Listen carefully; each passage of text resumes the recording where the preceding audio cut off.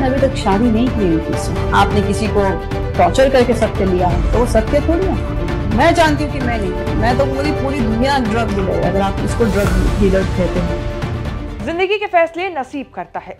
1998 में आई अपनी एक फिल्म में ममता कुलकर्णी ने कुछ ऐसा ही कहा था।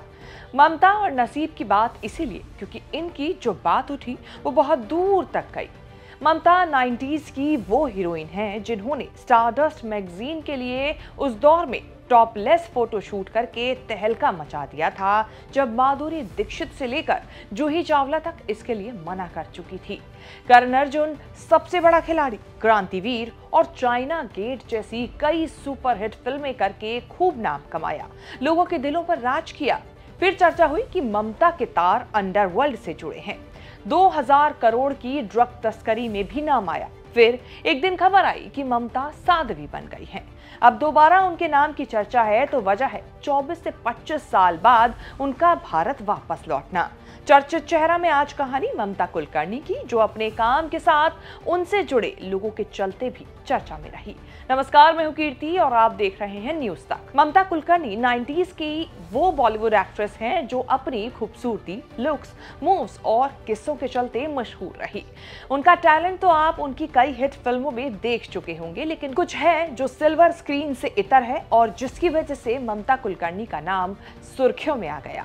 ममता कुलकर्णी साल 2000 में भारत से कहीं दूर चली गई थी। अब जब भारत वापस लौटी हैं तो फिर चर्चा में है। वीडियो शेयर कर खुशी जाहिर कर रही हैं, भावुक हो रही हैं और लिख रही हैं, मैं 25 साल के बाद अपने घर इंडिया वापस आई हूँ। 12 साल की तपस्या के बाद 2012 में कुंभ मेले में हिस्सा लिया और अब ठीक 12 साल के बाद 2025 के एक और महाकुंभ के लिए वापस आई हूँ। Mumbai, Amchi Mumbai, after 25 years, and I'm really nostalgic of the whole journey that I went out of India in the year 2000, and exactly at 2024 I'm here, and I'm really overwhelmed. And I don't know how to express it. I'm emotional. 1991 में Tamil film ननबरगल से अपनी फिल्मी career की शुरुआत करने वाली ममता बॉलीवुड में 1992 में आई फिल्म तिरंगा से सिल्वर स्क्रीन पर आते ही छा गई थी, लेकिन आज आध्यात्म की राह पर चल पड़ी हैं। ममता अपने जमाने की वो एक्ट्रेस हैं जिन्होंने कैमरे पर बोल्ड सीन्स देने में भी कभी परहेज नहीं किया। 1993 में स्टारडस्ट मैगजीन के कवर के लिए उन्होंने टॉपलेस फोटोशूट तक कराए। कहते हैं इसी फोटोशूट से वो बॉलीवुड में अपनी जगह बनाने में कामयाब हुई। इस शूट के लिए माधुरी दीक्षित से लेकर जूही चावला पहले ही मना कर चुकी थी। इसके बाद ममता कुलकर्णी को अप्रोच किया गया और वो राजी भी हो गई। ममता की टॉपलेस तस्वीरें खरीदने के लिए लोग टूट पड़े। मात्र 20 रुपए में बिकने वाली स्टारडस्ट की मैगजीन ब्लैक में 100 रुपए तक में बेची गई। इस फोटोशूट से ममता खूब मशहूर हो गई थी, लेकिन उनका ये फोटोशूट उन्हें काफी भारी पड़ा। न्यूडिटी और ऑब्ससेनिटी फैलाने के लिए ममता पर केस चला, 15,000 का जुर्माना लगा और ममता के इस फोटोशूट से लोग इतना नाराज हुए कि जान से मार देने तक की धमकियां मिली। लेकिन इसी के साथ वो खूब सुर्खियों में आ गई। 7वें आसमान पर पहुंची ममता कुलकर्णी को जमीन पर आने में भी ज्यादा समय नहीं लगा। ममता ने अपने बोल्ड रोल से जितना लोगों को नहीं चौंकाया, उतना अपने लव अफेयर से सबके होश उड़ा दिए। आखिर नाम जुड़ा भी तो एक ऐसे शख्स के साथ जिसका अपराध की दुनिया में बड़ा नाम था।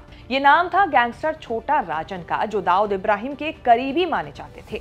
खबरों के मुताबिक ममता को छोटा राजन के कहने पर ही फिल्मों में काम मिलता था।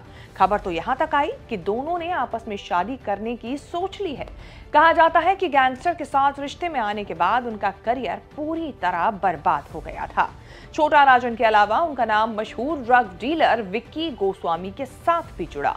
मीडिया रिपोर्ट्स के मुताबिक फिल्में ना मिलने के कारण ममता कुलकर्णी दुबई चली गई थी, जहां उनकी मुलाकात विक्की गोस्वामी से हुई थी। कहते हैं वहां दोनों ने लिव इन में रहना शुरू कर दिया था, लेकिन एक ड्रग डीलिंग मामले में विक्की को पुलिस ने पकड़ लिया।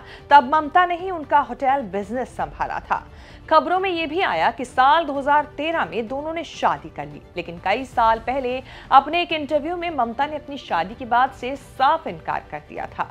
लेकिन आज भी जब आप ममता कुलकर्णी का नाम गूगल पर सर्च करते हैं तो सर्च करने के बाद जो डिटेल्स आती हैं उसमें स्पाउस के सामने जो नाम लिखा है वो विक्की गोस्वामी का आता है।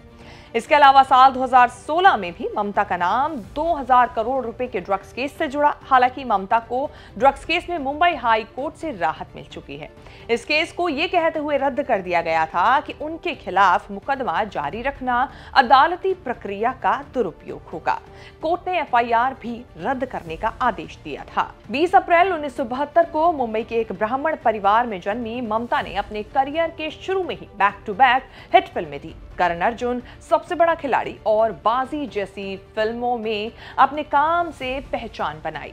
ममता को आखिरी बार साल 2002 में रिलीज हुई फिल्म कभी तुम कभी हम में देखा गया था। वहीं साल 2003 में ममता ने बांग्लादेशी फिल्म शेष बोंगसोधर में काम किया था। अब जब 25 साल बाद ममता कुलकर्णी वापस भारत लौटी हैं तो फिर से चर्चा में उठे हैं उनके वो किस्से जो अब तक चर्चा में नहीं थे। उम्मीद है चर्चित चेहरा में बनी आपको हमारी आज की ममता कुलकर्णी पर बनाई गई ये रिपोर्ट पसंद आई होगी।